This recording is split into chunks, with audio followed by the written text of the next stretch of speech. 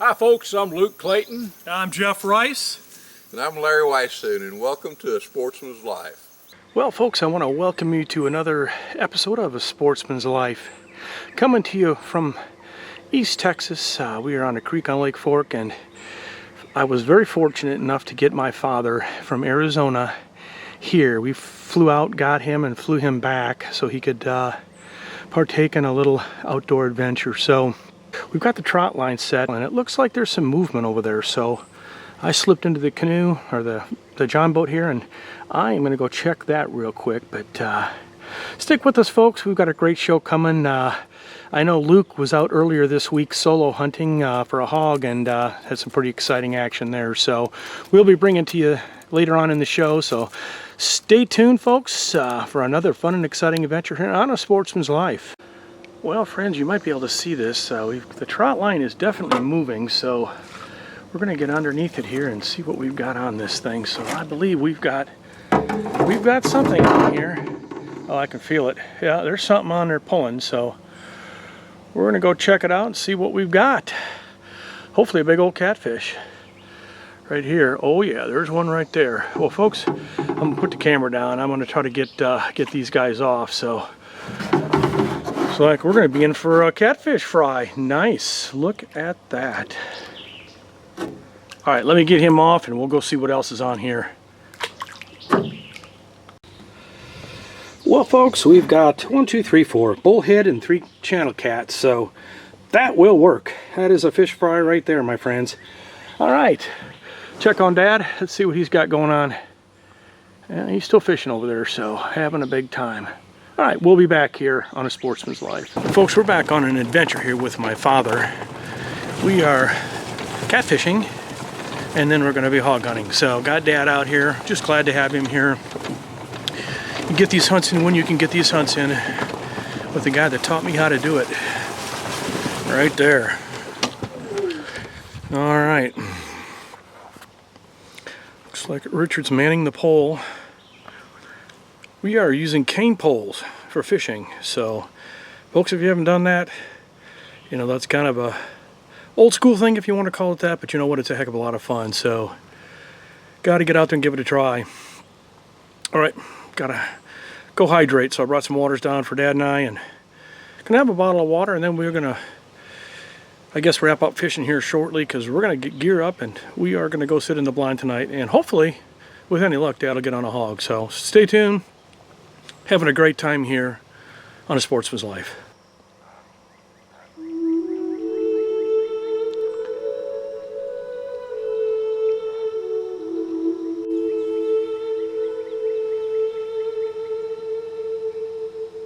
The hog liver. That's it. They're just not biting on the cane pole. Darn it. Right. But we're having fun. That's what matters. Spending time with Dad here at the Buck and Bass Ranch. Good times. Good times. Yep. Oh, look at that bird. It's got like a yellow head. That's amazing.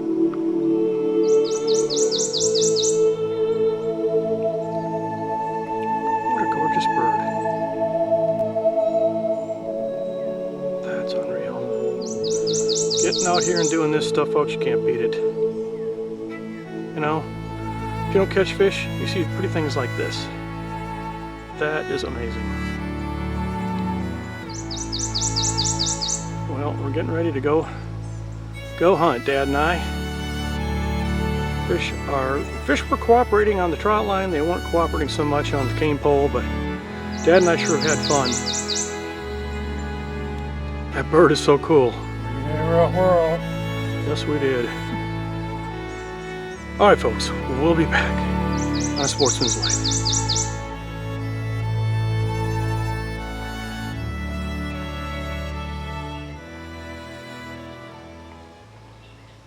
It's been a spectacular day so far, hanging with Dad, trying to catch a few catfish. Beautiful, beautiful day. Umbrella came in handy, so Dad's still trying to catch one here. I'm kind of organizing some things over here because we are going to head to the blind and try our hand at getting us a hog this evening. So hopefully, I'm hopeful Dad can get on a hog. So we're going to give it our darndest. Stay tuned here on the Sportsman's Life.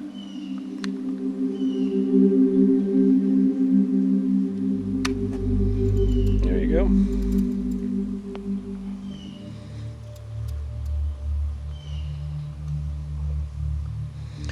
All right.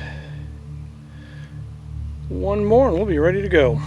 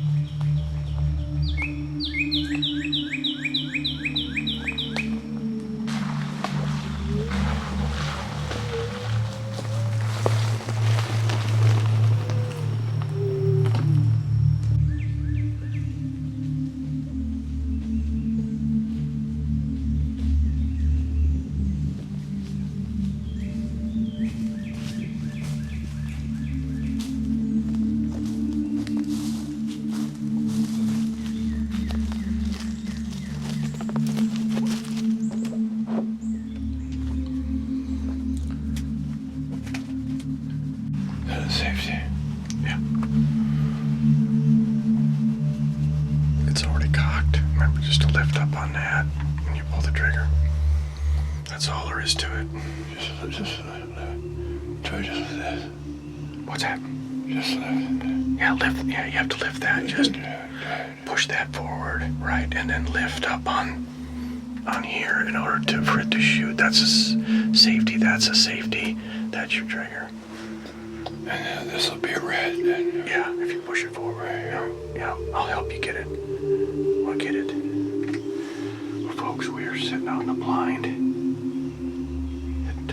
Feeder goes off in 1 hour exactly, so we will be sitting out here hoping a hog comes in. So it's been a while since Dad has had an opportunity to hog hunt, so we're going to give it our best shot here, folks. So stay tuned here on A Sportsman's Life.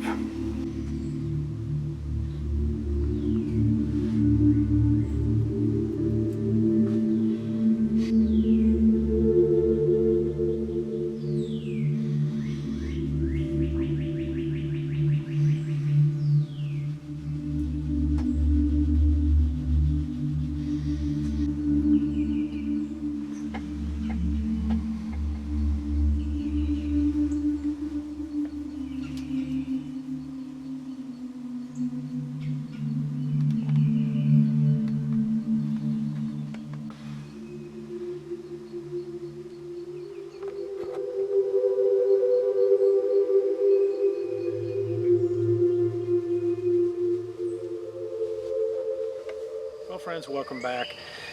Not a successful night here hog hunting, but we certainly had a good time. Dad and I just spending some time together. Don't know how many more hunts Dad has, and by gosh, we're going to be out here doing this stuff for him when we can. So good time had by all. No hogs tonight, but let's carry on the show. We've got Luke was out here solo hunting, and I think he did have a little action. So let's check in on Luke.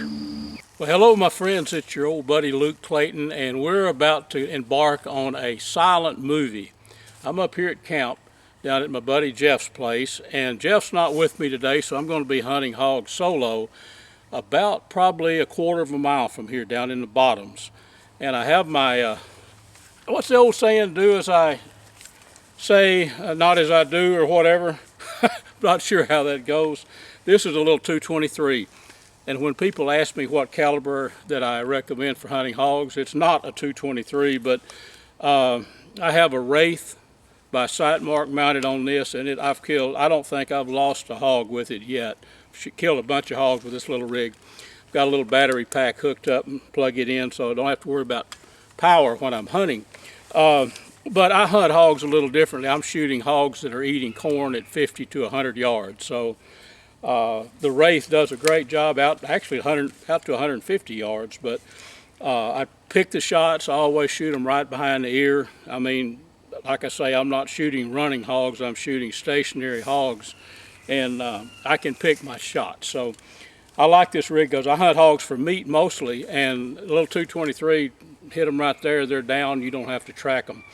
This is going to be a silent show, folks, because the hogs are actually, they're probably bedded within a few hundred yards of the feeder that I'm going to hunt. I'm going to set up a little stool, probably about 65 yards from the feeder. So once we head out, and we're about to head out on this little hunt, I'm going to be silent. You're going to see what's going on. I'm going to try to film our action through the Wraith here. It's got an onboard camera. Awesome digital night scope for day or night use. You hear me bragging about the Wraith a lot. It's not thermal, but it does a great job when you're, control situations. And I love it. It's priced right. Had a lot of success with the Wraith. So let's go silent. I'll try to show you what's going on in the woods, show you the setup, but I'm not going to talk anymore. I don't want to spook those hogs back there. I have a feeling they're pretty close. So let's load up and head out. What do you say?